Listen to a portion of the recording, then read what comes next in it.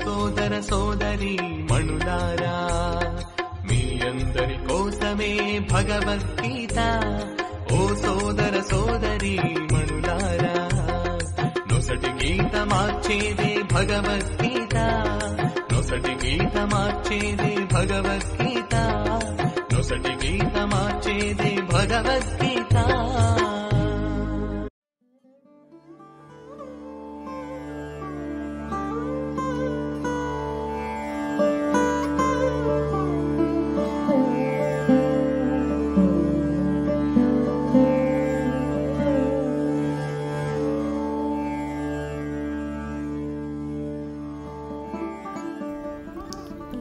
అంకిత భావ కర్మ.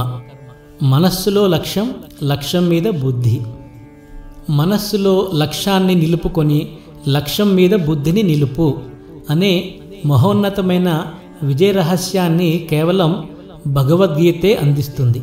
ప్రపంచంలో అనేక శాస్త్రాలు ఉన్నాయి, అన్నింటిలోనూ దివ్య బోధలు ఉంటాయి. కానీ వాటిలో ఉన్న వాటినే కాకుండా వాటిలో లేని విషయాలను కూడా తెలియజేయడంతో భగవద్గీత సర్వమానవాళి గ్రంథమైంది.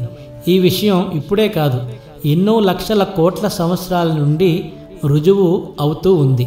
కృషి చేస్తే మనిషి సాధించలేనిది ఏదీ ఉండదు. అయితే ఆ కృషి చేసే పద్ధతి ఏమిటో గీత ఉపదేశిస్తుంది. గీత చెప్పే సందేశం సర్వకాలాలలో, సర్వదేశాలకు, సకల మానవాళికి అన్వయించేదై ఉంటుంది. అదే భగవద్గీత విశిష్టత. అందుకే ఏకం శాస్త్రం దేవకీ పుత్ర గీతం అని గీతా మహాత్మ్యం చెబుతోంది. అంటే దేవకీ పుత్రుడైన శ్రీకృష్ణుడు పలికిన గీతమే ఏకైక శాస్త్రమని అర్థం. కర్మధోరణి మారాలి. కోటి విద్యలు కూటి కొరకే అనేది ఒక సామెత. సాధారణంగా 180% మంది చదువులు, కళలు, విద్య అన్నీ కూడా పొట్టకూటికే అన్న భావనలో, ఆనందాన్ని అనుభవించడం కోరకేనన్న భావనలో ఉంటారు. అందుకే వారి జీవితాలలో క్రొత్త విషయాలను నేర్చుకునే అంశము ఉండదు. అందుకే వారి జీవితంలో ఏవో ఘనకార్యాలు సాధించినట్లు కనిపించదు. వారందరూ మనస్సుతో నడుపబడేవాళ్ళు. ఇక మిగిలిన వాళ్లలో నిరంతరం ఏదో క్రొత్తది నేర్చుకోవాలనే తపన ఉంటుంది, క్రొత్తది చేయాలనే ఉత్సాహం ఉంటుంది. ఆ నైజం వారికి జీవితాంతం ఉంటుంది. వారే జీవితం చివరి వరకు ఉత్సాహంగా ఉంటారు. వారే బుద్ధితో నడపబడేవాళ్ళు. సాధారణంగా బుద్ధి స్థాయిలోనే, అంటే విజ్ఞానమయ కోసం ఐక్యూ ఉన్నవాళ్ళు ఒక్కొక్కప్పుడు మానసిక ఒత్తిళ్లకు లోనై తప్పులు చేస్తూ ఉంటారు. లేదా జీవిత లక్ష్యం గురించి తెలియకుండానే జీవితాన్ని గడిపివేస్తూ ఉంటారు. కానీ మానవుల్లో కొందరు తమలో ఉన్న పరమశక్తిని గుర్తించి, అంటే ఆత్మస్థితికి ఎదిగి మానవాళికి మార్గదర్శకులవుతారు. తమ తమ పరిధిలో నాయకులే కీర్తిని గడిస్తారు. వారు ఆత్మస్థాయిలో, అంటే ఆత్మ కోసం ఎస్క్యూ ఉండి తమ కార్యాలను చేస్తారు. ఈ చివరి 2 తరగతుల వారు కర్మలు చేసే పద్ధతి వేరుగా ఉంటుంది. అకుంఠిత కర్మలోకి మనిషి ప్రవేశించగానే జీవితంలో విజయ పరంపర మొదలవుతుంది. ఈ కర్మ పద్ధతిలో మనస్సును ప్రక్కకు పెట్టి బుద్ధితోనూ ఆరోగ్యవంతమైన శరీరంతోనూ కర్మలు చేయడం జరుగుతుంది. విజయశీలురైన మనుషుల్లో ఇటువంటి కర్మ కనిపిస్తుంది. కానీ శాశ్వతంగా విజయసీమల్లోనే ఉండాలంటే అకుంఠిత కర్మను అంకిత భావ కర్మగా మార్చుకోవాలి. అదెట్లా సాధ్యమో తెలియజేసేదే గీతా సందేశం. అంకిత భావ కర్మలో మనస్సును ప్రక్కకు పెట్టడం జరగదు. పైగా మనస్సును కూడా చక్కగా వినియోగించుకుంటూ మనిషి విజయస్థానంలో శాశ్వతంగా ఉండిపోతాడు. ఈ 2 కర్మల రహస్యమే గీతలో గీతాచార్యుడు స్పష్టంగా వివరించాడు. ఈ రహస్యం తెలిసిన వారే జీవితంలో సఫలురవుతారు. శ్రీకృష్ణ భగవానుడు చెప్పిన విజయ రహస్యం, మయ్యేవ మన ఆదత్స్వ మయి బుద్ధిం నివేశయ నివశిష్యసి మయ్యేవ అత ఊర్ధ్వం న సంశయః. దేవదేవుడైన నా మీదనే నీ మనస్సును స్థిరపరచు, నీ బుద్ధినంతా నా కొరకే ఉపయోగించు. ఆ విధంగా నీవు నిస్సందేహంగా నాతోనే సర్వదా నివసిస్తావు. భగవద్గీత 12.8. అధ చిత్తం సమాధాతుం న శక్నోషి మయి స్థిరం అభ్యాసయోగేన తతో మామిచ్ఛాప్తుం ధనుంజయ. ఓ అర్జున, ధనుంజయ, నీ మనస్సును క్రమము తప్పక నా మీద స్థిరపరచలేకపోతే అప్పుడు భక్తియోగ నియమాలను అనుసరించు. ఆ విధంగా నీవు నన్ను పొందే కోరికను పెంచుకోవలసింది. భగవద్గీత 12.9. తనను నిశ్చయంగా పొందే మార్గాన్ని గీతాచార్యుడు ఈ 2 శ్లోకాల్లో చెప్పాడు. మొదటి శ్లోకంలో తనను పొందే పద్ధతిని, ఒకవేళ అది సాధ్యం కాకపోతే చేయవలసిన కార్యాన్ని 2వ శ్లోకంలో చెప్పడం జరిగింది. గీతాచార్యుడు ఇక్కడ చెప్పిన రహస్యాన్ని జీవితంలో ఏ లక్ష్య సాధనకైనా అన్వయించుకోవచ్చు. ఎన్నో లక్ష్యాలను సాధించిన వారి జీవితంలో ఇక్కడ చెప్పబడిన పద్ధతే స్పష్టంగా కనిపిస్తుంది. తనను పొందాలంటే, తనతో పాటే కలిసి సర్వదా నివసించాలంటే తనను మనస్సులో నిలుపుకొని బుద్ధిని తనకు ఇవ్వమని గీతాచార్యుడు చెప్తున్నాడు. అంటే లక్ష్యాన్ని సాధించి శాశ్వతంగా అక్కడే ఉండిపోవాలంటే లక్ష్యాన్ని మనస్సులో నిలుపుకోవాలి, బుద్ధిని లక్ష్యం మీద పెట్టాలి, దాని సాధనకే ఉపయోగించాలి. ఇదే గీతాచార్యుడు చెప్పిన పరమోన్నతమైన విజయ రహస్యం. ఎప్పటిదాకా లక్ష్యం మనస్సులో ప్రవేశించి తిష్ట వేసుకుని కూర్చోదో అప్పటిదాకా లక్ష్య సాధన జరిగే అవకాశమే లేదు. అద్దె ఇల్లు, స్వంత ఇల్లు. రమేష్ హైదరాబాదులో ఉద్యోగం చేస్తున్నాడు. మంచి తెలివైన రమేష్ అంచెలంచెలుగా ఎదుగుతూ చాలా ఉన్నత స్థాయిలోకి వచ్చాడు. అతడు దాదాపు 15 ఏళ్లుగా ఒక ఇంట్లో అద్దెకు ఉంటున్నాడు. ఇంటాయన అమెరికాలో ఉంటాడు. అందుకే ఆ వ్యక్తి రమేష్ను ఇల్లు ఖాళీ చేయమని ఎప్పుడూ అడగలేదు. 15 ఏళ్ల తర్వాత రమేష్కు ఒక ఆలోచన వచ్చింది.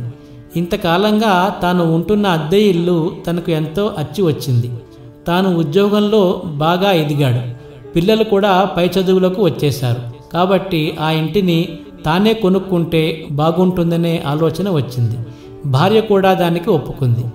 రమేష్ అమెరికాలో ఉన్న ఇంటి యజమానితో ఆ ఇల్లును కొనుక్కునే ఆలోచనను చెప్పాడు. దానికి వెంటనే ఆ ఇంటి యజమాని ఒప్పుకున్నాడు. ఆ ఇంటికి తనకెంత డబ్బు కావాలో కూడా చెప్పేశాడు. ఆ క్షణం నుండి రమేష్ మనస్సులోకి ఇల్లు వెళ్ళిపోయింది. అప్పుడు అతని మనస్సంతా ఇల్లే. ఆ ఇల్లును కొనుక్కోవడం తప్ప అతనికి ఇంకొక కోరిక, ఆలోచన లేదు. ఇంతకాలం అతడు ఇంట్లో ఉన్నాడు, కానీ ఇప్పుడు ఆ ఇల్లు అతని మనస్సులోకి వెళ్ళిపోయింది. ఇక వెంటనే అతడు యజమాని అడిగిన డబ్బును 6 నెలల్లో ఇవ్వడానికి తన బుద్ధికి పదును పెట్టాడు. అంటే అతడు తన బుద్ధిని ఇంటికి ఇచ్చేశాడు. సరిగ్గా శ్రీకృష్ణ భగవానుడు భగవద్గీతలో ఇదే ఉపాయాన్ని చెప్పాడు. తనను పొందాలంటే, తనతోనే నిశ్చయంగా కలిసి ఉండాలంటే తనను మనస్సులో నిలుపుకోమని, బుద్ధిని తనకు ఇవ్వమని ఆదేశించాడు. లక్ష్య సాధనకు ఇంతకు మించిన ఉపాయము, సాధనము, కిటుకు ఈ జగత్తులో లేనే లేదు. లక్ష్యాన్ని మనస్సులో నింపుకోవాలి. ఇక బుద్ధిని ఆ లక్ష్యానికి ఇవ్వాలి. ఇదే ప్రతి విద్యార్థి, యువత అనుసరించవలసిన ఉత్తమోత్తమైన పద్ధతి. ఇదే ప్రతి ఒక్కరిని జయప్రదులను చేస్తుంది, నాయకులుగా తీర్చిదిద్దుతుంది. ఒకవేళ ఇది సాధ్యం కాకపోతే ఏం చేయాలి? లక్ష్యాన్నే మనస్సులో నిలుపుకోవడం నాకు అసాధ్యం. నా మనస్సులో ఎన్నో ఆలోచనలు ఎప్పుడూ కదులుతూనే ఉంటాయి, నేనేం చేయాలి అని ఎవరైనా తన పరిస్థితిని నిర్మోహమాటంగా చెప్పే అవకాశం ఉన్నది. దీనికి గీతాచార్యుడు ఇచ్చిన అద్భుతమైన ఉపాయాన్ని వినండి.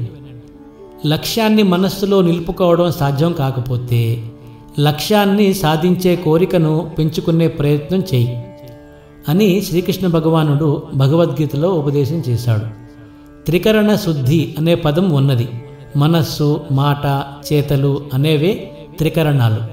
ఈ మూడింటి ద్వారాను మనిషి ఒకే భావాన్ని ప్రకటిస్తే అది త్రికరణ శుద్ధి అవుతుంది. మనిషికి దేవాలయానికి వెళ్ళాలనే కోరిక మనస్సులో కలుగుతుంది.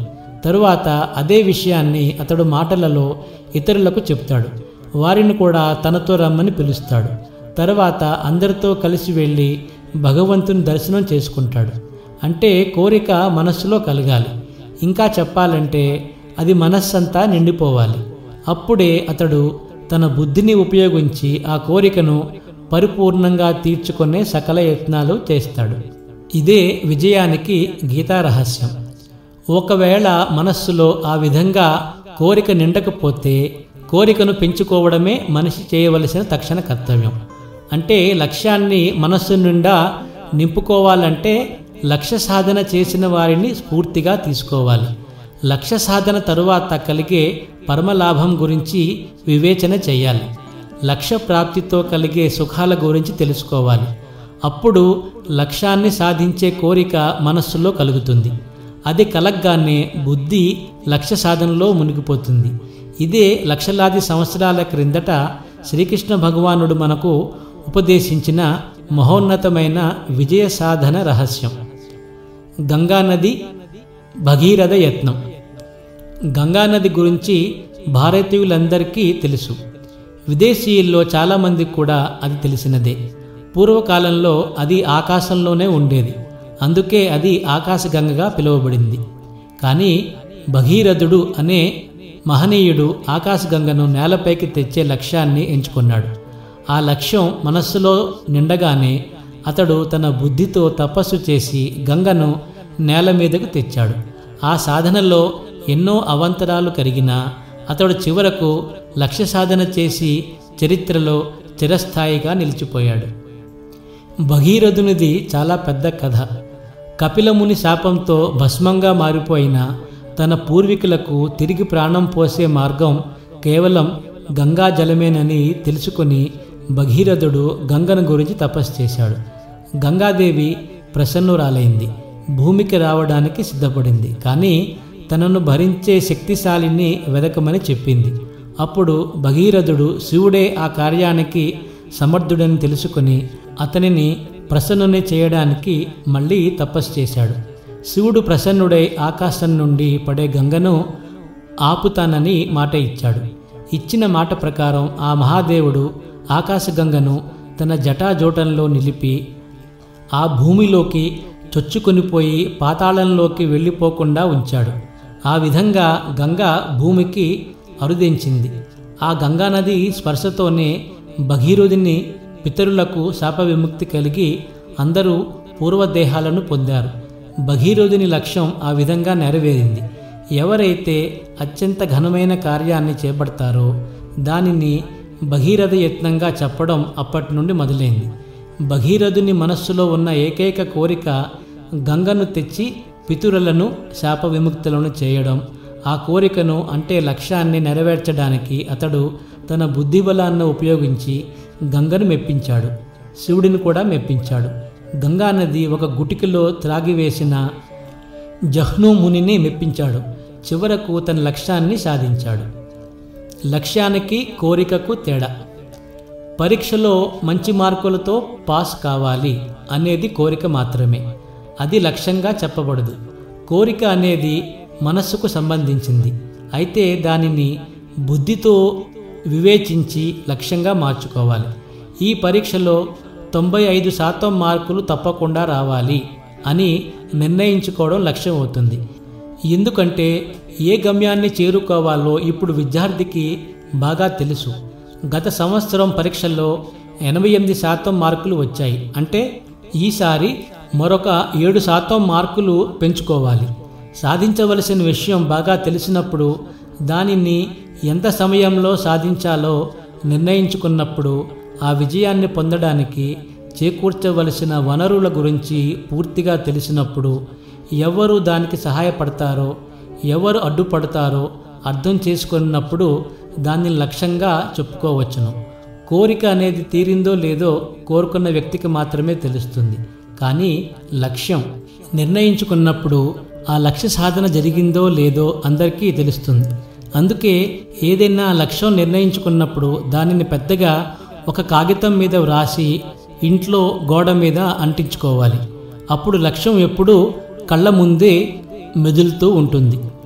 కోరిక లక్ష్యం రూపంలోకి మారగానే అంకిత భావ కర్మ మొదలవుతుంది.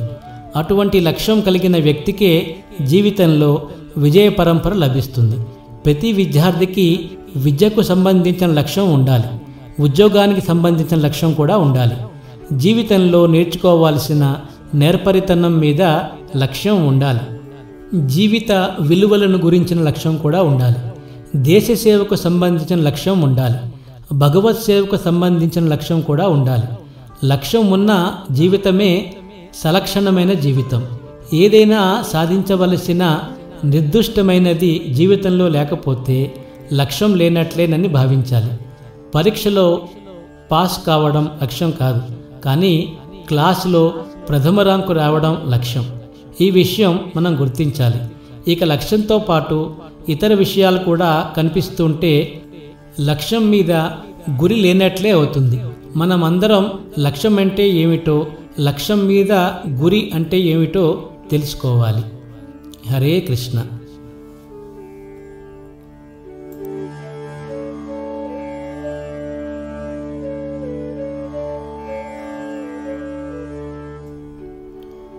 అంకిత భావ కర్మ, నాయకత్వ లక్షణాలు. భగవద్గీతలోని మీరు నేర్చుకుంటున్నట్టి అంకిత భావ కర్మ ద్వారానే మనిషిలో నాయకత్వ లక్షణాలు పెంపొందుతాయి. మనస్సు, బుద్ధి రెండింటినీ ఎప్పుడైతే కర్మలో 100కి 100 పాళ్ళు నెలకొల్పుతామో అప్పుడు మనం చేసే కర్మ అంకిత భావ కర్మ అవుతుంది. భగవద్గీతలో శ్రీకృష్ణ భగవానుడు మయ్యర్పిత మనోబుద్ధి మామనుస్మర యజ్ఞచ మయ్యేవ మన ఆదస్త్వమయి బుద్ధిం నివేశేయ అంటే, నాకు సమర్పించబడిన మనోబుద్ధులతో నన్ను స్మరిస్తూ యుద్ధం చేయి, నన్ను మనస్సులో పెట్టుకో, నీ బుద్ధిని నాకు ఇవ్వు అంటూ అనేక రకాలుగా చెబుతూ మనోబుద్ధులను ఏ విధంగా అంకిత భావ కర్మలో నెలకొల్పాలో వివరించాడు. గీతాధ్యాయం వలన మనిషిలో వచ్చే మార్పు ఏమిటంటే, అతడు తన మనస్సును, బుద్ధిని చక్కగా ఉపయోగించి జీవితంలో సఫలుడవుతాడు. అంకిత భావ కర్మ ద్వారా మనిషి గుణశీలుడవుతాడు. అతనిలో నాయకత్వ లక్షణాలు వృద్ధి చెందుతాయి. అవే అతనికి జీవితంలో ఐశ్వర్యాన్ని, యశస్సును, అసాధారణమైన శక్తి, నైతికత్వాన్ని కలిగిస్తాయి. స్వార్థపూరిత కర్మ ద్వారా వ్యక్తి గుణహీనుడైతే అంకిత భావ కర్మ ద్వారా గుణపూర్ణుడవుతాడు. సద్గుణాన్ని ఇంగ్లీష్లో క్యారెక్టర్ అంటారు. క్యారెక్టర్ ఉన్న వ్యక్తిని లోకమంతా గౌరవిస్తుంది. అది పోగానే అతడు ఎంత గొప్పవాడైనా జనుల దృష్టిలో తక్కువ అవుతాడు. సరి అయిన క్యారెక్టర్ ఉన్నవాడే సరి అయిన లీడరు కాగలుగుతాడు. దీనికి ప్రహ్లాదుని కథ ఈ విధంగా చెప్పబడింది. ప్రహ్లాదుడు సద్గుణం. ప్రహ్లాదుడు దానవరాజు. అతడు బ్రాహ్మణులు, గురువు సేవతో మహాబలవంతుడయ్యాడు. ఇంద్రుడినే ఓడించేటంత బలవంతుడయ్యాడు. అది చూసిన ఇంద్రుడు బ్రాహ్మణుని వేషంలో వచ్చి తనకు ఏదైనా సేవ చేసే అవకాశం ఇవ్వమని ప్రహ్లాదుని అడిగాడు. ప్రహ్లాదుడు ఇచ్చిన సేవను చేస్తూ ఆ బ్రాహ్మణుడు ఎంతో మంచి పేరు తెచ్చుకున్నాడు. అతని సేవకు మెచ్చుకున్న ప్రహ్లాదుడు ఏదైనా వరం కోరుకోమని అడిగాడు. అప్పుడు ఇంద్రుడు తన అసలు రూపం బయటపెట్టి ప్రహ్లాదుని సద్గుణాన్ని తనకు దానమివ్వమని అడిగాడు. ప్రహ్లాదుడు ఇచ్చేశాడు. ఇంద్రుడు దాన్ని తీసుకువెళ్ళిపోయాడు. అప్పుడు ప్రహ్లాదుని దేహంలో నుండి ఒక తేజోమయ పురుషుడు బయటకు వచ్చి తాను దివ్య గుణాన్ని అని చెప్పాడు. తానిప్పుడు బ్రాహ్మణునితో పాటుగా వెళ్ళిపోతున్నానని కూడా చెప్పాడు. అది చూసి ప్రహ్లాదుడు ఆశ్చర్యపోయాడు. ఇంతలో మరొక తేజోమయ పురుషుడు ప్రహ్లాదుని శరీరం నుండి బయటకు వచ్చి తాను ధర్మాన్ని అని చెప్పాడు. అతడు కూడా ఆకాశ మార్గంలో వెళ్ళి ఇంద్రుని చేరుకున్నాడు. అంటే క్యారెక్టర్ పోతే ధర్మ పరిపాలన కూడా పోతుందన్నమాట. ప్రహ్లాదుడు అది చూసి కంగారు పడ్డాడు. ఇంతలో మరొక దివ్య పురుషుడు ప్రహ్లాదుని శరీరం నుండి బయటకు వచ్చి తాను సత్యసంధత అని చెప్పి ఆకాశ మార్గంలో వెళ్ళిపోయాడు. ధర్మం పోగానే సత్యం పోయింది. తరువాత మరొక పురుషుడు ప్రహ్లాదుని శరీరం నుండి బయటకు వచ్చి తాను సత్ప్రవర్తన అని చెప్పి వెళ్ళిపోయాడు. అంటే సత్యంతో పాటే సత్ప్రవర్తన కూడా పోతుంది. చివరకు ఒక అందమైన వనిత ప్రహ్లాదుని శరీరం నుండి బయటకు పోతూ తాను ఐశ్వర్యాన్ని అని చెప్పింది. ఈ విధంగా క్యారెక్టర్ పోగానే అన్నీ వరుసగా పోతాయి. చివరకు ఐశ్వర్యం కూడా పోతుంది. ఈ కథ మహాభారతంలో చెప్పబడింది. అందుకే భగవద్గీతలో అంకిత భావ కర్మ ద్వారా కలిగే సద్గుణాలు చక్కగా వర్ణించబడ్డాయి. అవే మనిషికి నిజమైన అలంకరణలు. అసలైన సద్గుణం ఏమిటి? మంచి క్యారెక్టర్ ఉన్న వ్యక్తి మాటల ద్వారా, మనస్సు ద్వారా, కర్మల ద్వారా ఎవరికీ హాని చేయడు. ఇది అతని మొదటి చిహ్నము. అతడు ప్రతి ఒక్కరి పట్ల దయను కలిగి ఉంటాడు. ఇది రెండవ చిహ్నము. అతడు తన శక్తి మేరకు దానం చేస్తాడు. ఇది మూడవ చిహ్నము. ఎవరికి లాభం కానట్టి పనిని లేదా ఎవరైనా సరే చేయడానికి జంకే పనిని అతడు అస్సలు చేయడు. ఇది నాలుగవ చిహ్నము. అతడు చేసే ప్రతి పనికి జనులు ఎంతో అభిమానం చూపుతారు, చప్పట్లు కొడతారు. ఇటువంటి మంచి క్యారెక్టర్ ఉన్న వ్యక్తికి లభించే దివ్య గౌరవము. క్యారెక్టర్ పోగానే అన్నీ ఒక్కొక్కటిగా పోతాయి. ఈ విషయము ప్రపంచంలోని అనేక మంది మనుషులలో మనకు కనిపిస్తూనే ఉంటుంది. నాయకత్వ లక్షణాలు. అంకిత భావ కర్మ ద్వారా సద్గుణాలు మనిషిలో కలుగుతాయి. విద్యార్థులు చిన్న వయసులో నుండే ఈ గుణాలను అలవర్చుకోవడం ద్వారా విజయపథంలో నిశ్చయంగా సాగుతారు. ఇవన్నీ భగవద్గీతలోని 12వ అధ్యాయంలో 13వ శ్లోకం నుండి 19వ శ్లోకం వరకు ఇవ్వబడ్డాయి. గీతలోని 12వ అధ్యాయానికి భక్తి యోగమని పేరు. దానినే అంకిత భావ కర్మగా చెప్పుకోవచ్చు. 1. ద్వేషం లేకపోవడం. 2. అందరి పట్ల మైత్రి. 3. కరుణ కలిగి ఉండడం. 4. మమత్వము లేకపోవడం. 5. మిథ్యా అహంకారము లేకపోవడం. 6. సుఖ దుఃఖాలలో సమభావము కలిగి ఉండడం. 7. క్షమాగుణము. 8. సర్వదా సంతుష్టి కలిగి ఉండడం. 9. ఆత్మనిగ్రహం కలిగి ఉండడం. 10. భగవంతుని మీదనే మనోబుద్ధులు నిలిపి ఉంచడం. 11. దృఢ నిశ్చయం కలిగి ఉండడం. 12.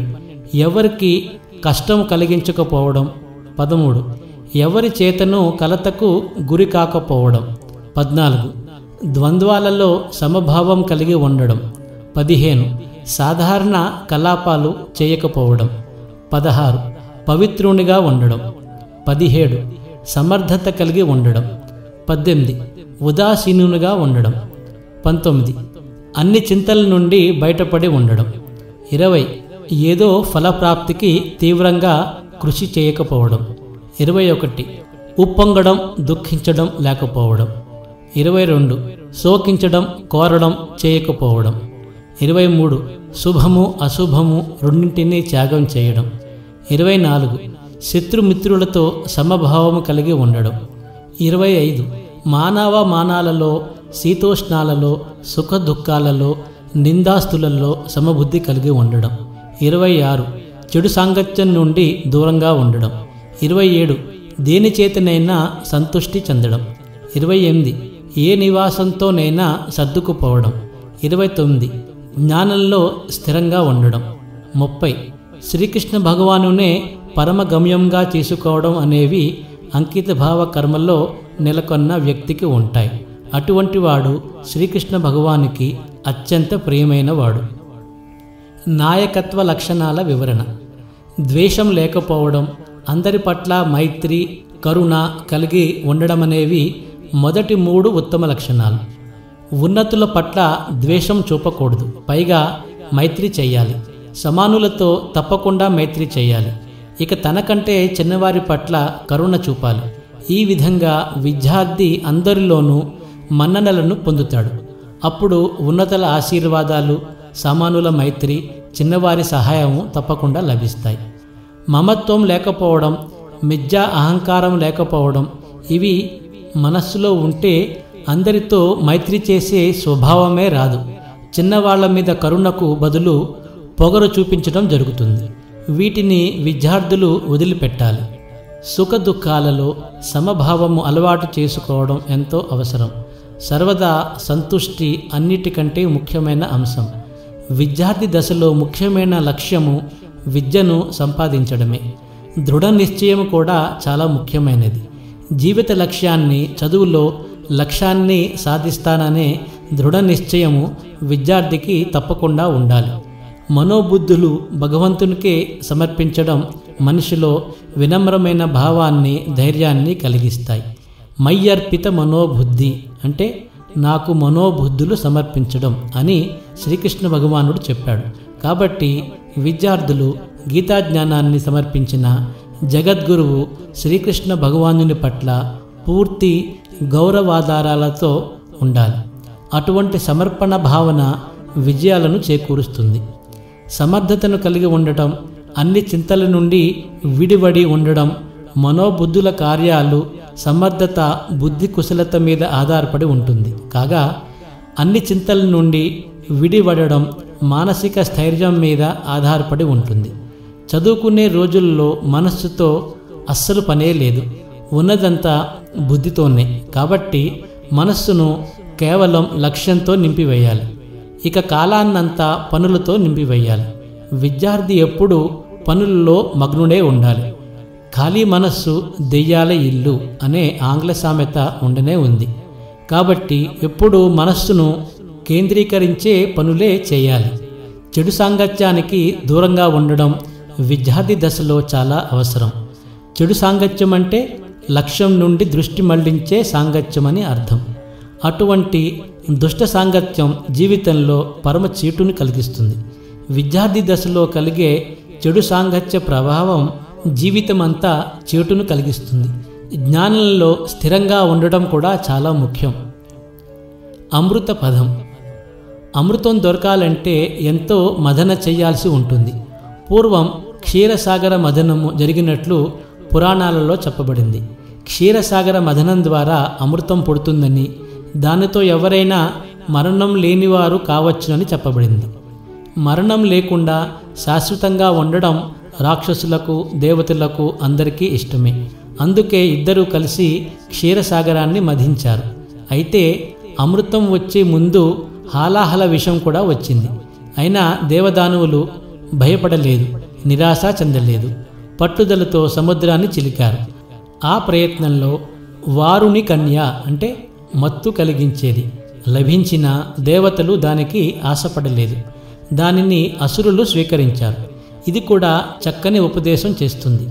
లక్ష్య సాధనలో ఉన్నప్పుడు ఎన్ని సుఖభోగాలు లభించినా వాటికి ఆశపడకుండా ముందుకు సాగవలసి ఉంటుందని దీని భావం. చివరకు అమృతం లభించింది. అయినా అసురులు బలవంతులు, ధర్మనిరతి లేనివారు. కాబట్టి అమృతాన్ని లాక్కొని వెళ్ళిపోయారు. అప్పుడు దేవతలు విష్ణు భగవానుని ప్రార్థించారు. ఆ దేవదేవుడు అప్పుడు మోహినీమూర్తి రూపంలో వచ్చి అమృతాన్ని దేవతలకే పంచి పరమలాభం చేశాడు. కార్యసాఫల్యం కావాలంటే తన మీదనే మనోబుద్ధులు నిలిపి ఉంచడం అవసరమని శ్రీకృష్ణ భగవానుడు చెప్తున్నాడు. ఎవరైతే నియమబద్ధంగా దివ్య గుణాలను, లక్షణాలను అలవర్చుకుంటారో వారే అమృత పదంలో చరిస్తారు. వారు దారి తప్పే అవకాశమే లేదు. ఇంకొక ముఖ్య విషయం ఏమిటంటే 84 లక్షల జీవరాశులకు సృష్టికర్త బ్రహ్మయే. అయితే ఆ కార్యం చేయడానికి ముందు అతనికి తప అనే మాట 2 సార్లు వినిపించింది. అంటే తపస్సు చేయమని బ్రహ్మకు భగవంతుడు ఉపదేశించాడు. కాబట్టి ఈ జగత్తులో ప్రతి ఒక్కరూ తప్పనిసరిగా పాటించవలసింది తపస్సే గాని భోగం కాదు. ఎవరైతే తపస్సులో ఉంటారో వారే అమృత పదంలో ఉన్నట్లు అవుతుంది. వారి విజయానికి తిరుగులేదు.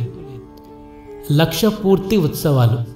సాధారణంగా ఎవరైనా పుట్టినరోజు పండుగలు, ఇంకో రకమైన ఉత్సవాలు చేసుకుంటూ ఉంటారు. కానీ విద్యార్థులకు లక్ష్య పూర్తి ఉత్సవాలు మాత్రమే చేసుకోవాలి.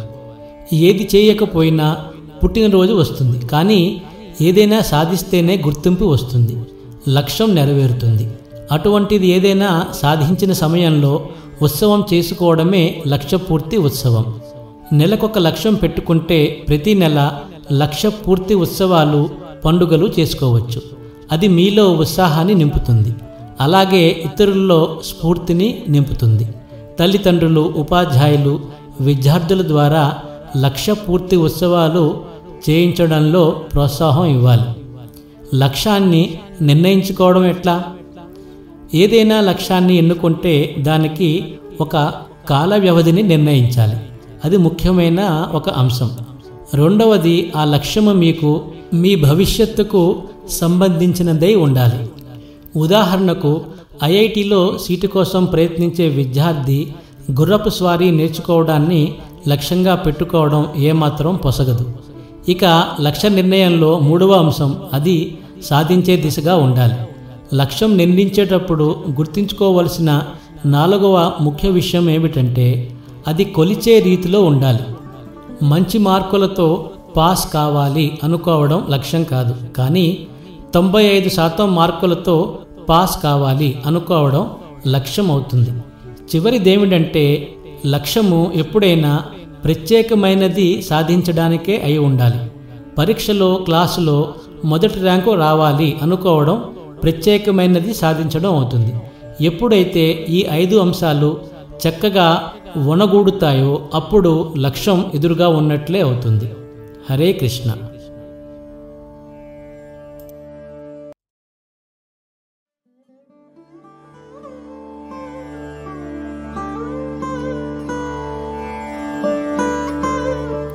అప్రమత్త కర్మ. జ్ఞానం అంటే ఏమిటి? జ్ఞానం వలన కలిగేది ఏమిటి? భగవద్గీత జ్ఞానము, విజ్ఞానము అనే రెండింటిని గురించి వివరిస్తుంది. జ్ఞానం అంటే ఎరుక, సమాచారం. ఇక విజ్ఞానం అంటే అనుభవపూర్వకమైన జ్ఞానం. ఏ చదువులోనైనా వివరణ అంటే థియరీ, అభ్యాసం అంటే ప్రాక్టికల్స్ రెండూ కూడా ఉంటాయి. వివరణ అనేది జ్ఞానము కాగా అభ్యాసం అనేది విజ్ఞానం. జీవితానికి సంబంధించిన అన్ని విషయాలను జ్ఞాన విజ్ఞాన రూపంలో తెలియజేసేదే భగవద్గీత. గీతా జ్ఞానం ద్వారా గీతాశక్తి హృదయంలో పెళ్ళుబుకుతుంది. దానితో ప్రతి మనిషిలో అద్భుతమైన పాజిటివ్ కంపనలు కలగడం మొదలవుతాయి. అవి అటువంటి సహృదయులను, పాజిటివ్ కంపనలను కలిగిన అనుభవజ్ఞులను అతని దగ్గరకు ఆకర్షిస్తాయి. అప్పుడు జీవితం విజయాలతో, మధుర భావాలతో, ప్రేమానురాగాలతో నిండిపోతుంది. అందుకే భగవద్గీతను చిన్నప్పటి నుండి అధ్యయనం చేయాలి. ఆ అనుభవం కలిగించడానికే ఈ సంచిక విద్యార్థులకు, యువతకు అందించబడుతోంది. ఈ పరిచయ సంచికను చదివి జీవితంలో అమలు చేయడం ప్రారంభించగానే నెమ్మదిగా పూర్తి భగవద్గీత గ్రంథాన్ని కూడా చదవడం మొదలుపెట్టవచ్చు. జ్ఞానం అంటే ఏమిటి? జ్ఞానవంతుడైన మనిషి వెలుగుతో నిండి ఉంటాడు. చుట్టూ వెలుగులు ప్రసరిస్తాడు. అందరికీ ఆనందాన్ని పంచుతాడు. అందరిలో ఉత్సాహం నింపుతాడు. కొందరు వ్యక్తులను చూడగానే వందలు, వేలాది వ్యక్తుల్లో ఉన్న ఉత్సాహం, కేరింతలు కనిపిస్తాయి.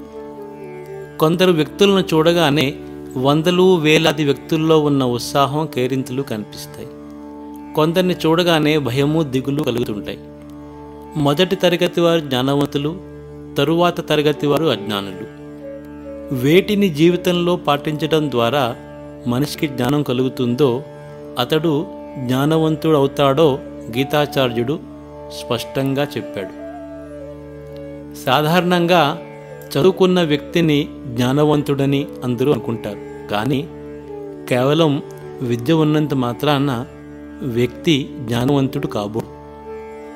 భగవద్గీతలో ఈ క్రింద చెప్పబడినవన్నీ ఉన్నప్పుడే మనిషి జ్ఞానవంతుడు అవుతాడు. అతడే విజయవంతుడు కూడా అవుతాడు.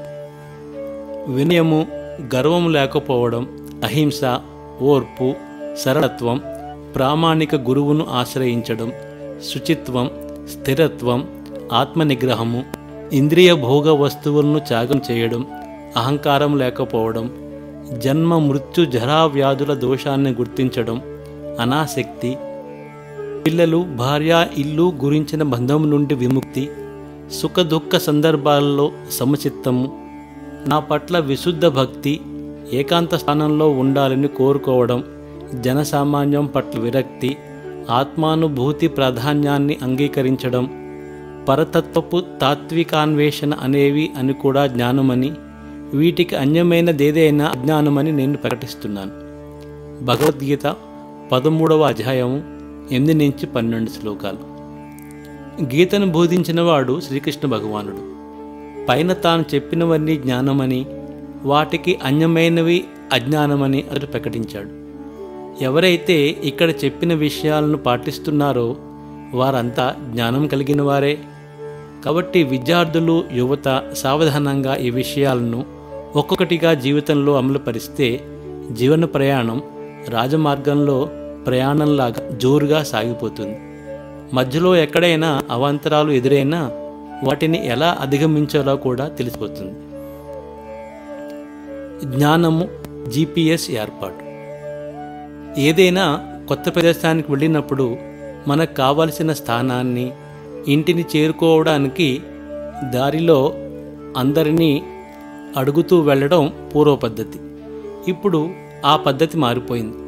మీరు బయలుదేరిన ప్రదేశాన్ని, చేరవలసిన గమ్యాన్ని GPS వ్యవస్థలో తెలియజేయగానే ఆ ఎలక్ట్రానిక్ పద్ధతి నేరుగా ఆకాశంలో ఉండే ఉపగ్రహంతో సంబంధం ద్వారా మార్గదర్శనం చేయడం మొదలుపెడుతుంది.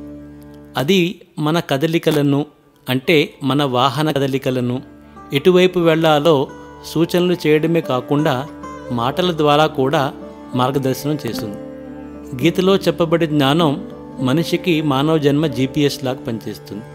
అంటే అతడు ఏ గమ్యానికి, ఏ లక్ష్యానికి చేరుకోవాలో నిర్ణయించుకుంటే చాలు, దానిని త్రికరణ శుద్ధిగా నమ్మితే చాలు. అతడు అలవర్చుకున్నట్టి గీతాజ్ఞానం GPS లాగా అడుగడుగునా బోధ చేస్తూ, సూచనలు చేస్తూ ముందుకు నడిపిస్తుంది. గమ్యమే తెలియనివాడు, లక్ష్యమే లేనివాడు ముందుకు సాగుతుంటాడు కానీ అతనికి సూచనలు రావు, మార్గదర్శనము లభించదు. లక్ష్యానికి పరిమితి లేదు, లక్ష్యానికి హద్దు ఆకాశమే అనే మాటను ప్రతి ఒక్కరూ గుర్తుంచుకోవాలి. గీతలో చెప్పబడ్డ జ్ఞానాన్ని పూర్తిగా స్వీకరించేవాడు తన లక్ష్యాలకు ఆకాశాన్నే హద్దుగా చేసుకుని ముందుకు సాగుతాడు. అతనికి అడుగడుగునా కావాల్సిన సమాచారము గీతాజ్ఞానం అనే GPS ద్వారా లభిస్తుంది. విద్యార్థులు, యువత ఈ ఆధ్యాత్మిక GPSను వాడుకొని మార్గదర్శనం పొందాలి. విద్యార్థులకు, యువతకు సరి అయిన నిర్ణయము తీసుకోలేకపోయే స్థితి అప్పుడప్పుడు ఎదురవుతూ ఉంటుంది. ఆ స్థితినే నిర్ణయాత్మక శక్తి, డిసిషన్ మేకింగ్ లేకపోవడం అని అంటారు. జ్ఞానం వలన విచక్షణా శక్తి, వివేకము కలుగుతాయి. నిజానికి జ్ఞానమే GPS లాగా పనిచేస్తూ మార్గదర్శనం చేస్తుంది. దాంతోపాటు వక్త కూడా ఎందుకెందుకు అని 5 సార్లు ఎందుకు అనే పద్ధతి ద్వారా సరి అయిన నిర్ణయానికి వస్తాడు. ఎందుకెందుకు అనే పద్ధతిలో విద్యార్థి తాను తీసుకోబోయే నిర్ణయాన్ని తానే ఎందుకు అని ప్రశ్నించాలి. మోటార్ సైకిల్ కొనుక్కోవాలనే ఆలోచన కలగ్గానే ఎందుకు అని మొదటిసారి అడగాలి. ప్రయాణం సులభంగా చేయవచ్చు అని సమాధానం చెప్తే ఎందుకు ప్రయాణ సులభం అవసరం అని రెండోసారి ఎందుకు అని అడగాలి. అలసిపోకుండా గమ్యం చేరితే శక్తి ఆదా అవుతుంది, సమయము మిగులుతుంది అనే సమాధానం చెబితే ఎందుకు సమయం మిగిలాలి అని మూడోసారి ఎందుకు అని అడగాలి. సమయం మిగిలితే చదువుకోవడానికి అనుకూలమవుతుంది, శక్తి మిగిలితే ఆ శక్తిని చదువులో పెట్టవచ్చు అనే సమాధానం వస్తే ఎందుకు చదువులో సమయం పెట్టాలి అని 4వసారి ఎందుకు అని అడగాలి. IITలో సీట్ రావాలంటే ఎంతో ఎక్కువగా సమయం కేటాయించాల్సి వస్తుంది. అందుకే సమయం కావాలి అనే సమాధానం వస్తే ఎందుకు IIT సీటు కావాలి అని 5వవారి ఎందుకు అని అడగాలి. IITలో చదివి జీవితంలో ఉన్నత లక్ష్యాలను సాధిస్తూ ఉత్తమ పౌరులుగా జీవిస్తూ ఆనందం అనుభవించడానికి, తల్లిదండ్రులకు, దేశానికి కీర్తి తేవడానికే అనే సమాధానం వస్తే మొదటి మీరు చేసిన ఆలోచనకు పూర్తి న్యాయం చేకూర్చిన వారు అవుతారు. ఈ విధంగా విద్యార్థులలో నిర్ణయాత్మక శక్తి చక్కగా పెరుగుతుంది. దీన్నే అభ్యాసం చేయాలంటే మనసులో చేస్తే కాదు, ఎందుకు అనే అభ్యాసాన్ని ఒక కాగితం తీసుకొని దాని మీద సాధన చేయాలి. ముఖ్యంగా ఒక పుస్తకమే దీనికోసం పెడితే భవిష్యత్తులో మీకు మీరు తీసుకునే నిర్ణయాలన్నీ చక్కగా గుర్తుంటాయి. సమస్త జ్ఞానాలలో ఉత్తమైన జ్ఞానం. శ్రీకృష్ణ భగవానుడు జ్ఞానాలలో ఉత్తమైన జ్ఞానాన్ని అర్జునుకి అందజేశాడు. అందుకే గీతా జ్ఞానం పూర్తిగా మనకు ధైర్యాన్ని, ఉత్సాహాన్ని, విజయాన్ని కలుగజేస్తుంది. సమస్త జ్ఞానాలలో ఉత్తమైన జ్ఞానం త్రిగుణాలకు సంబంధించిన జ్ఞానం. త్రిగుణాలంటే ఏవో, వాటి ప్రభావం ఏమిటో ఇప్పుడు తెలుసుకుందాం. సత్వగుణము, రజోగుణము, తమోగుణము అనేవి త్రిగుణాలు. అంటే 3 గుణాలు. గుణము అంటే త్రాడు అని అర్థం. కాబట్టి ఈ గుణాలు మనిషిని త్రాళ్లతో బంధించినట్లుగా బంధిస్తాయి. త్రాళ్లతో కాళ్ళు చేతులు కట్టివేయబడిన వ్యక్తి ఏ పని స్వతంత్రంగా చేయలేడు. అలాగే తనంతట తాను తన కట్లను విప్పుకోలేడు. ఎవడైతే త్రాళ్లతో బంధించబడి లేడో అతడి ద్వారానే ఆ కట్లు తొలగించబడతాయి. ఏ వ్యక్తికైతే అనుభవపూర్వకమైన గీతాజ్ఞానం ఉంటుందో అతడే ఇంకొకసారి కట్లను విప్పగలుగుతాడు. కర్మణః సుకృతస్యాహు సాత్వికం నిర్మలం ఫలం, రజసస్తు ఫలం దుఃఖమజ్ఞానం తమస్స ఫలం. పుణ్యకర్మలు నిర్మలత్వాన్ని కలిగిస్తాయి. అవి సత్వగుణంలో ఉన్నవిగా చెప్పబడతాయి. కానీ రజోగుణంలో చేయబడే కర్మ దుఃఖాన్ని కలిగిస్తుంది. తమో గుణంలో చేసే కర్మ అజ్ఞానాన్ని కలిగిస్తుంది. భగవద్గీత 14వ అధ్యాయం 16వ శ్లోకం. సత్వాత్సం జాయతే జ్ఞానం రజసో లోభ ఏవచ ప్రమాదో మోహ తమసో భవతో జ్ఞానమేవచ. సత్వగుణం నుండి నిజమైన జ్ఞానము వృద్ధి చెందుతుంది. రజోగుణం నుండి లోభము వృద్ధి చెందుతుంది. తమోగుణం నుండి మూర్ఖత్వము, పిచ్చితనము, మోహము వృద్ధి చెందుతాయి. భగవద్గీత 14వ అధ్యాయము 17వ శ్లోకం. దేహద్వారాలన్నీ జ్ఞానముచే ప్రకాశితమైనప్పుడు సత్వగుణ ప్రదర్శనము అనుభూతమవుతుంది. రజోగుణము పెరిగినప్పుడు అమితాశక్తి, కామ్యకర్మలు, తీవ్రమైన యత్నము, అనపరాని కోరిక, అత్యాశ అనే లక్షణాలు వృద్ధి చెందుతాయి. తమోగుణము పెరిగినప్పుడు అంధకారము, సోమరితనము, పిచ్చితనము, మోహము ప్రకటమవుతాయి. భగవద్గీత 14వ అధ్యాయం 11 నుంచి 13 శ్లోకాలు. కొంతమంది చక్కని నిర్ణయాలు తీసుకోగలుగుతారు. కొందరు విద్యార్థులు చక్కగా పరీక్షలు పాస్ కాగలుగుతారు. కొందరు చక్కగా ఉద్యోగ ఇంటర్వ్యూలలో నెగ్గి ఉన్నత పదవులు పొందుతూ ఉంటారు. కొందరిని చూస్తేనే మాట్లాడాలని అనిపిస్తుంది. ఎందుకు ఇటువంటి ప్రత్యేకమైన పరిస్థితులు కొందరికే లభిస్తుంటాయి? ఈ ప్రశ్నకు జవాబు త్రిగుణాలని చెప్పవలసి వస్తుంది. సత్వగుణంలో ఉన్నప్పుడు జ్ఞానము అన్ని దేహాంద్రియాల ద్వారా ప్రకాశితమవుతుంది. కళ్ళలో నిర్మలత్వం ఉంటుంది. మాట ప్రేమగా ఉంటుంది. హావభావాలు అనుకూలంగా ఉంటాయి. వారు పలికే మాటలు కూడా అందరికీ లాభమయ్యేవే అయి ఉంటాయి. అందుకే వారు ప్రశాంతంగా ఉంటారు. అందుకే విద్యార్థులకు, యువతకు సత్వగుణం చాలా అవసరం. సత్వగుణం ఎట్లా కలుగుతుంది? మొట్టమొదలు సత్వగుణానికి శాకాహారము, సాత్వికాహారము, భగవంతునికి నైవేద్యం పెట్టిన ఆహారము సాత్వికమే కాకుండా ప్రసాద రూపంలో పరమలాభాన్ని చేకూరుస్తుంది. కాబట్టి భగవన్ నివేదిత ఆహారం తీసుకోవడం సత్వగుణానికి దారితీస్తుంది. మనస్సులో చెడు ఆలోచనలు రానియకపోవడం, చెడు మాట్లాడకపోవడం, చెడు విషయాలు వినకపోవడం సత్వగుణానికి దారితీస్తుంది. ప్రొద్దున్నే లేవగానే టీవీలో, పేపర్లలో, మొబైల్లో హత్యా విషయాలు, అల్లర్లు, అత్యాచారాల గురించి వింటే మనసు కలత చెంది సత్వగుణం లోపిస్తుంది. దానితో నెగిటివ్ కంపనలు కలిగి రోజంతా చెడ్డగా మారిపోతుంది. భగవద్గీతను రోజు ప్రొద్దున్న అరగంట సేపు, పావుగంట సేపు చదవడం సత్వగుణాన్ని వృద్ధి చేస్తుంది. అది పాజిటివ్ కంపనం శరీరంలో కలుగజేస్తుంది. దానితో రోజంతా కులాసాగా, విజయవంతంగా సాగిపోతుంది. హరే కృష్ణ హరే కృష్ణ, కృష్ణ కృష్ణ హరే హరే, హరే రామ రామ రామ రామ హరే హరే.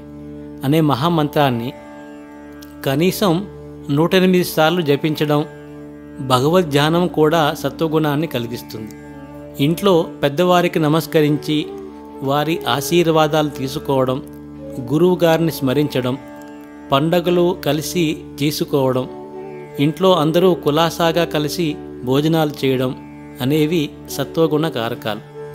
వారానికి ఒకసారి భగవన్ మందిరాలకు వెళ్ళడం, దానాలు చేయడం, స్తోత్రాలు చదవడం, కీర్తనలు పాడడం, భగవంతుని ముందు నృత్యం చేయడం వంటివి సత్వగుణాన్ని వృద్ధి చేస్తాయి. ఇతరులకు సహాయం చేయడం, వారికి కృతజ్ఞతలు చెప్పడం, సాధించిన కార్యాలను తలుచుకోవడం వంటివి కూడా సత్వగుణ కారకాలు. రజోగుణం ఎందుకు కలుగుతుంది? రజోగుణానికి గుర్తు కోపం, అత్యాశ, అనుకున్న మాట నెరవేరకపోతే రజోగుణం ప్రకోపిస్తుంది. ముఖ్యంగా మాంసాహారం, అతికారంగా ఉండే ఆహారాలు, మద్యపానం వంటివి రజోగుణానికి దారితీస్తాయి. రజోగుణంలో ఉండే వ్యక్తికి ముక్కు మీదనే కోపం ఉంటుంది. ప్రతి చిన్న విషయానికి అతడు ఉద్వేగానికి లోనవుతుంటాడు. ఇటువంటి స్వభావము విద్యార్థులకు, యువతకు చాలా ప్రమాదకరం. ఈ గుణము వలననే డిప్రెషన్, ఉద్వేగం కలుగుతాయి. అటువంటి వారు అనేక రకాలైన మాదక ద్రవ్యాలకు అలవాటు పడతారు. అత్యాహారానికి బానిసలై ఊబకాయం పొందుతారు. వారికి అనారోగ్యం తప్పకుండా కలుగుతుంది. విజయ అవకాశాలు తప్పకుండా తగ్గుతాయి. ఇది అమితమైన దుఃఖాన్ని కలిగిస్తుంది. రజోగుణం కలిగిన వారు నెమ్మదిగా సత్వగుణులతో చెలిమి చేస్తే క్రమక్రమంగా సత్వగుణంలోకి వచ్చి శాంతిని పొందుతారు. రజోగుణంలో ఉన్న విద్యార్థులకు, యువతకు భవిష్యత్తు కఠినంగా అవుతుంది. అందుకే సత్వగుణంలోకి రావడం వారికి అనివార్యం. తమోగుణుల పరిస్థితి. తమోగుణంలో ఉన్న విద్యార్థులు సోమరితనంగా ఉంటారు. వారికి అంతా అంధకారంగానే ఉంటుంది. వారిది పిచ్చి వ్యవహారంగా కనిపిస్తుంది. అటువంటి వారు తమకు, తమ తల్లిదండ్రులకు, బంధువులకు అందరికీ దుఃఖాన్నే కలిగిస్తారు, చింతనే కలిగిస్తారు. అయినా ఈ లక్షణాలు శాశ్వతమైనవి కానే కావు. పట్టుదలతో ఎవరైనా ఈ గుణాన్ని మార్చుకుని మహోన్నత శిఖరాలను అందుకోగలుగుతారు. కేవలం గీతాజ్ఞానం ద్వారానే, గీతాశక్తి ఇచ్చే స్ఫూర్తి ద్వారానే విద్యార్థి తన శైలిని మార్చుకుని పతనావస్థ నుండి విజయలక్ష్యం వైపుకు పురోగమిస్తాడు. సారాంశం: త్రిగుణాలకు సంబంధించిన జ్ఞానాలు అన్నింటిలోనూ మహోన్నతమైనది. పూర్వం ఎందరో మహనీయులు ఈ దివ్య జ్ఞానాన్ని పొంది జీవితంలో పూర్ణత్వాన్ని సాధించారు. సత్వగుణం ద్వారా ప్రశాంతత, రజోగుణం ద్వారా దుఃఖము, తమోగుణం ద్వారా పిచ్చితనము, సోమర్తనము కలుగుతాయి. జీవితంలో విజయానికి సత్వగుణమే చక్కని సాధనం. హరే కృష్ణ.